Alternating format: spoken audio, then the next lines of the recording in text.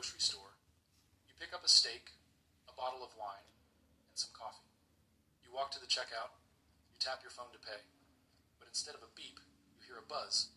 A red notification flashes on the screen. Transaction denied. You are confused. You know you have money.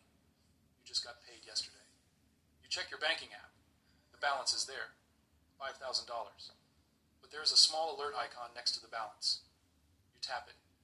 A message expands. Carbon allowance exceeded for the month of September. Meat products restricted. You feel a cold knot in your stomach. You put the steak back. You try to buy just the coffee. This time, it works. But then, you notice something else. Your savings account balance is lower than it was last week. You haven't spent anything from it. You check the transaction history. There is a recurring charge labeled negative interest rate adjustment. Because the economy is slow, the Federal Reserve has decided that saving money is bad for the recovery. They want you to spend, so they are taxing your savings at 1% per month. Your money is rotting. It has an expiration date. If you do not spend it, it vanishes. You realize with a terrifying clarity that the money in your account is no longer yours. It is a voucher system. It is a system of permission. You are allowed to spend it, but only on the things they want, when they want, and where they want. This is not a scene from a dystopian sci-fi movie. This is the programmable reality of a central bank digital currency, or CBDC, and the infrastructure to build this reality is being laid right now. It is called FedNow. Most people think we are just upgrading the banking system to make it faster. They think this is about convenience. But convenience is the bait. The hook is control. We are witnessing the end of money as we know it. We are moving from an era of bearer assets where you hold the value to an era of ledger entries where you hold a permission slip. Today, on Finance Prism, we are going to expose the mechanics of the digital dollar. We are going to explain the critical difference between FedNow and a CBDC. We will decode the concept of programmable money and show you how it fundamentally changes the nature of human freedom. And we will answer the most important question. In a world of total financial surveillance, is there any exit door left? This is not a conspiracy theory. This is financial engineering. Welcome to the end of cash. To understand the trap, you first have to understand the mechanism. And right now, the mechanism that is confusing everyone is a new service launched by the Federal Reserve called FedNow. Launched in July of 2023, FedNow is marketed as a revolution in payments. And on the surface, it sounds great. If you have ever tried to send a wire transfer on a Friday afternoon, you know the pain. The money disappears from your account, but it doesn't show up in the other person's account until Monday or Tuesday. In the age of the internet, where emails are instant, why does money take 3 days to move? It takes 3 days because the underlying plumbing of the United States banking system, the Automated Clearinghouse, or ACH, was built in the 1970s. It is a batch processing system. It is like a physical mail truck. It only leaves the station once or twice a day. It is slow. It is outdated. FedNow fixes this. It is a real-time gross settlement system. It allows banks to settle payments instantly, 24 hours a day, 7 days a week, 365 days a year. If you send money at 3 a.m. on Christmas morning, it arrives at 3 a.m. and 1 second. So the Federal Reserve says, look, we are just modernizing the rails. We are just helping you get your paycheck faster. And technically they are telling the truth. FedNow is not a CBDC. It is not a new currency. It is a payment rail. But this is where the sleight of hand happens. Think of FedNow as the high-speed railway tracks. Think of the CBDC as the train. You cannot run the train without the tracks. Before the government can introduce a fully digital programmable currency, they first need to condition the population to expect instant digital settlement. They need to get every bank in the country plugged into a centralized infrastructure run directly by the Federal Reserve. FedNow centralizes the plumbing. Before FedNow, banks relied on a mix of private clearinghouses and slow-fed systems. Now, the Federal Reserve is positioning itself as the central hub for every instant transaction in the economy. This creates a network effect. Once every bank, every merchant, and every employer is hooked into the FedNow system because it is fast and cheap, switching to a CBDC becomes incredibly easy. It is just a software update. FedNow is the Trojan horse. It enters the gates of the financial system bearing the gift of convenience. Instant payments. No more waiting. inside the belly of the horse lies the infrastructure for total control. It creates a direct line of communication between the central bank and the commercial banking layer that never existed before in real time. It accustoms the public to the idea that the Federal Reserve is a consumer-facing service provider. And once the rails are laid, the train is coming. President Joe Biden issued Executive Order 14067, placing the highest urgency on the research and development of a United States CBDC. The project is not hypothetical. It is in development. They are running pilot programs with major banks right now. So, what exactly is the difference between the digital dollars you have in your Bank of America app right now and a CBDC? Why does it matter if the money is digital? It is already digital, right? The difference is not in the format, the difference is in the ledger. The difference is in who owns the database. Let's dismantle a common myth. People say, I use a credit card for everything. The bank already knows what I buy. Google knows what I buy. Why should I care if the government knows? This is a dangerous false equivalency. Right now, we have a two-tier banking system. When you deposit money at Wells Fargo or Chase, that is a liability of the commercial bank. The database that records your transactions belongs to a private company. Yes, the government can see that data, but they need a warrant. They need a subpoena. There is legal friction. There is a wall, however thin, between the state and your wallet. With a central bank digital currency, that wall is demolished. Is a direct liability of the Federal Reserve. The ledger, the list of who owns what and who spent what is held by the central bank itself. This creates a financial panopticon. The panopticon is a concept of a prison where the guard tower is in the center, and all the cells are arranged in a circle around it. The guard can see into every cell at all times, but the prisoners cannot see the guard. Because the prisoners know they might be watched at any moment, they behave as if they are always times being watched. With a CBDC, the Federal Reserve has granular, real-time visibility into every single transaction in the economy. They will know that you bought a bottle of tequila at 4 p.m. on a Tuesday. They will know you donated $50 to a controversial political candidate. They will know you bought ammunition. They will know you bought a book about civil disobedience. Currently, cash provides a buffer. Cash is anonymous. Cash is peer-to-peer. When you hand someone a $20 bill, there is no intermediary. There is no server recording the exchange. It is a private interaction between two free citizens. Cash allows for privacy. It allows... And that's what they don't want, Israel. Because they want to be able to control and the things that you do, buy, or sell. They want to monitor all the money that you have so they can control it. That is their goal. That's what they want to do. For dignity. But a CBDC removes the option of privacy. Even if they claim it will be anonymous for small transactions, the code can be changed overnight. Augustine Carstens, the general manager of the Bank for International Settlements, the central bank of central banks, said the quiet part out loud in a video that has now gone viral. He said, quote, "We don't know who's using a $100 bill today, and we don't know who's using a 1,000 peso bill today. The key difference with the CBDC is the central bank will have absolute control on the rules and regulations that will determine the use of that expression of central bank liability, and we will have the technology to enforce that." Did you catch that? Absolute control. Technology to enforce. He is admitting that the goal is not efficiency. The goal is surveillance and enforcement. They want to know every penny you earn and every penny you spend. Why? Because information is power. If they know your spending habits, they can build a profile on you.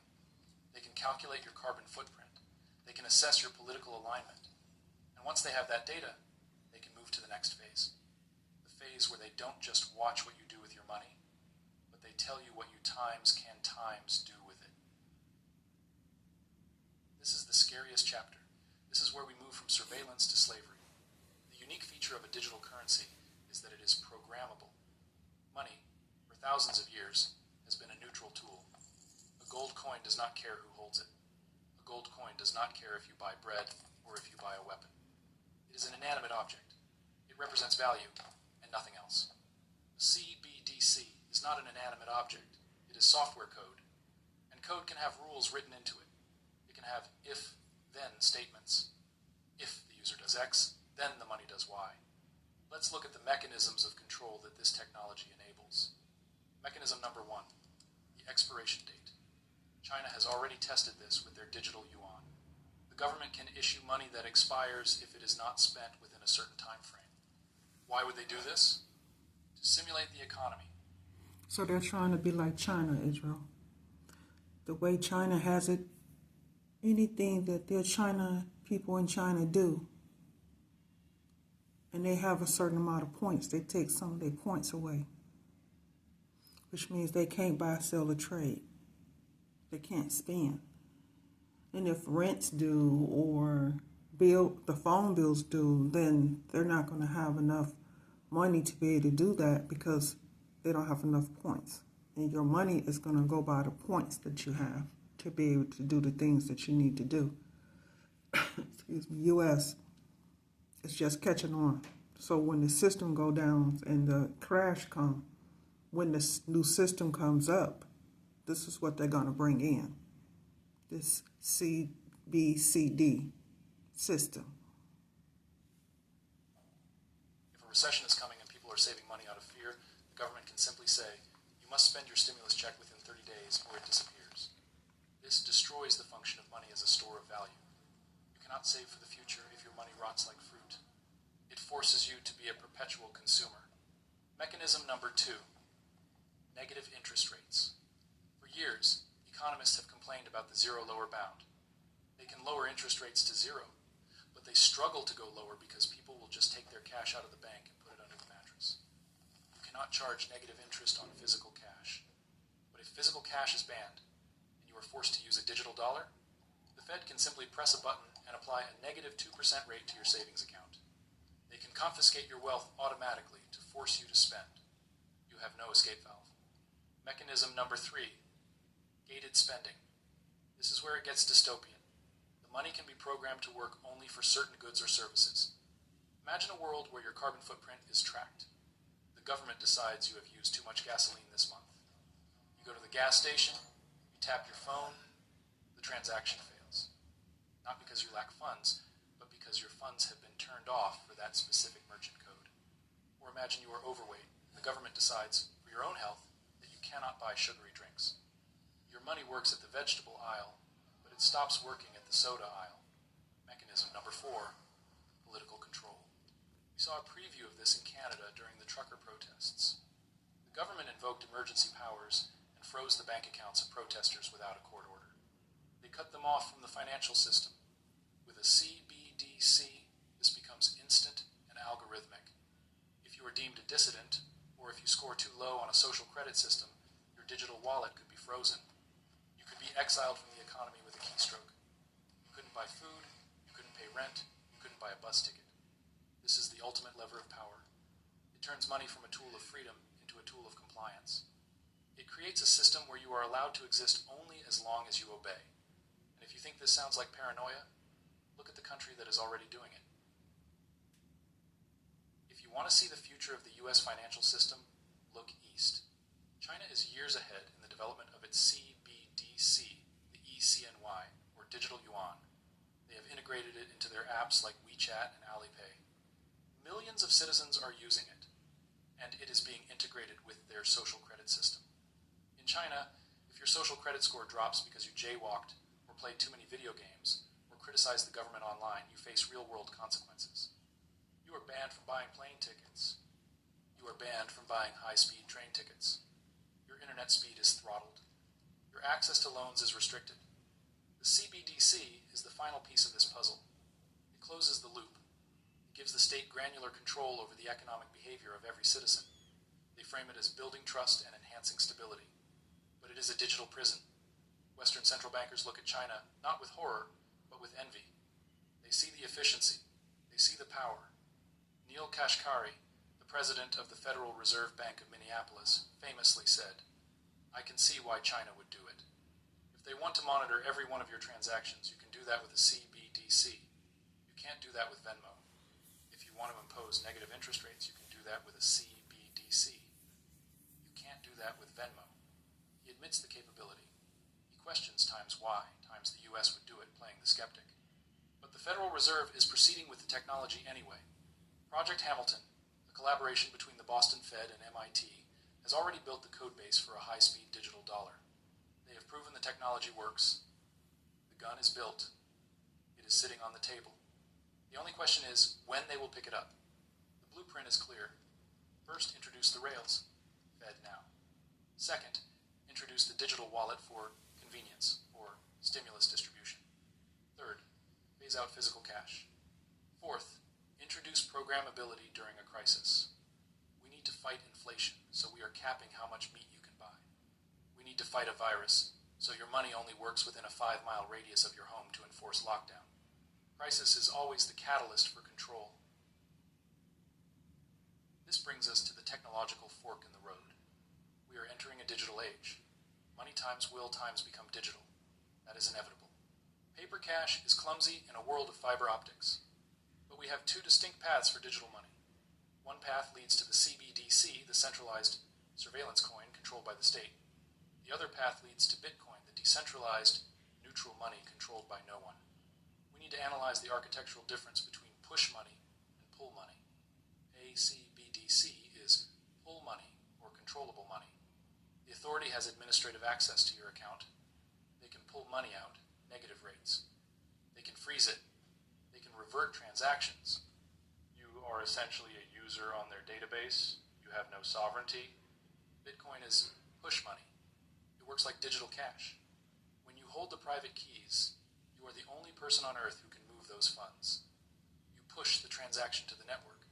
No one can reach into your wallet and pull it out. No one can freeze the network. No one can censor your transaction because they don't like your politics. It is permissionless. You do not need an ID to create a Bitcoin wallet. You do not need a credit score. You do not need the approval of a bank manager. It is neutral, like gravity. Gravity works the same for a saint and a sinner. Bitcoin processes transactions for everyone equally.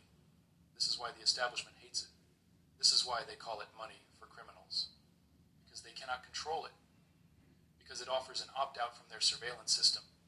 In a world of programmable money, Bitcoin is the only asset that cannot be programmed against your will. It is the only money that cannot be diluted by printing more of it. It is the separation of money and state. The battle of the 21st century is not between capitalism and communism. It is between centralization and decentralization. Between the panopticon and privacy. Between the CBDC and Bitcoin. The government knows this. That is why they are cracking down. So in other words, they want to control everything you do and everything you say. If you say the wrong thing, then they're going to take your point system, some of it away.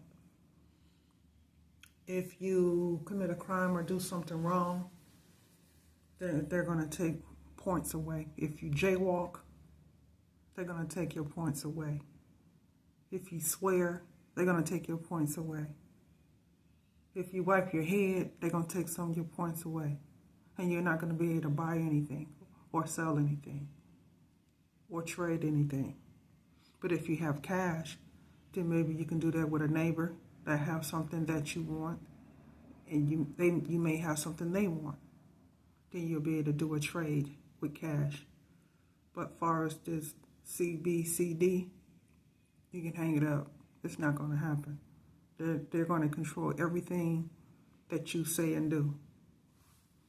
Because this is what they're doing in China, and they want to duplicate what China does. That is why they are implementing Operation Choke Point 2.0, creating immense pressure on banks to cut off crypto companies. They are trying to close the exit doors before they turn on the CBDC system. But before they can trap you in the digital system, they have to kill the analog alternative. They have to kill cash. Look around. The war on cash is already underway. It is subtle, but it is relentless. Step 1. Inconvenience. Banks are closing branches and ATMs at a record pace. Have you tried to withdraw $5,000 in cash recently? They treat you like a criminal. They ask questions. What is this for? Why do you need cash? They make you fill out forms. They make you wait. They are adding friction to the physical world to push you into the digital world. Step 2. Limits. Countries around the world are lowering the limit on legal cash transactions. In France, you cannot pay more than 1,000 euros in cash. In Israel, they are aggressively restricting cash usage. In the UK, They are removing cash acceptance from public transport. The narrative is always, cash is for drug dealers and tax evaders. If you are a good citizen, you use digital.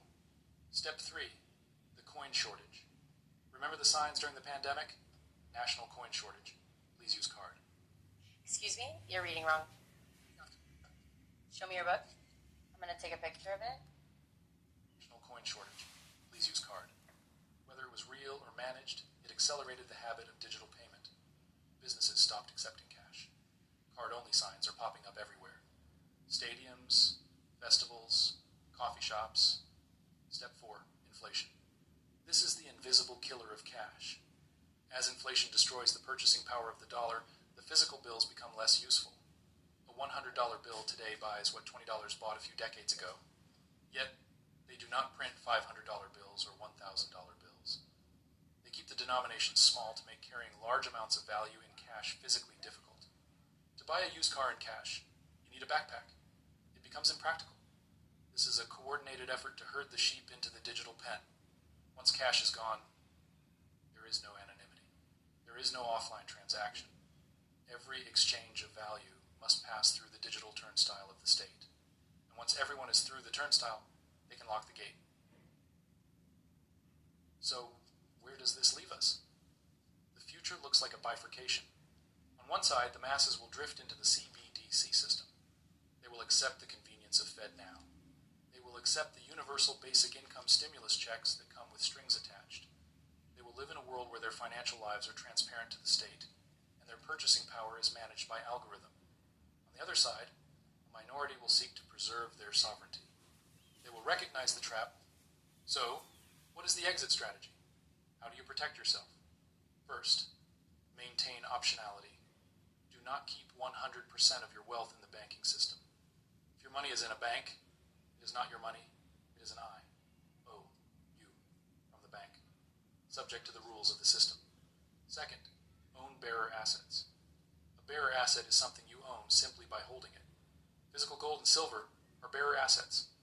If you have a gold coin in your hand, you do not need electricity or the internet to own it. It has value outside of the banking system. It is insurance against the death of the dollar. Third, understand the digital lifeboat. Bitcoin, when held in self-custody, meaning you hold your own private keys on a hardware wallet, is a digital bearer asset. It allows you to transport wealth anywhere in the world without permission.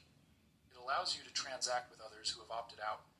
It is the only money that is specifically designed to resist the censorship of a CBDC. Fourth, use cash. While you still can, use cash for local transactions. Support businesses that accept cash. Keep a stash of physical cash at home for emergencies. Cash is the vote for privacy. Every time you swipe a card, you are voting for the surveillance state. The transition to a digital currency is the single biggest change to the monetary system since we went off the gold standard in 1971. It changes the relationship between the citizen and the state. It turns the citizen from a master into a subject. The technology is neutral. It could be used for good. It could be used to stop corruption, to track government spending, to create transparency for the elites. But history tells us that power never uses surveillance to watch itself. It uses surveillance to watch you. The end of cash is coming, the infrastructure is being built, the FedNow rails are live. The question is not if it will happen. The question is, will you be dependent on their system when they flip the switch? Or will you have built your own independence? This is Finance Prism. We exist to shine a light on the mechanics of the financial system so you can navigate it with open eyes. If this deep dive helped you understand the stakes of the digital dollar, hit that subscribe button. We will keep tracking the development of FedNow and the CBDC agenda. And I want to hear from you in the comments. What scares you more? The loss of privacy with a CBDC or the loss of purchasing power through inflation? Do you think the US government will eventually ban cash completely? Let us know your thoughts below. Stay liquid, stay private,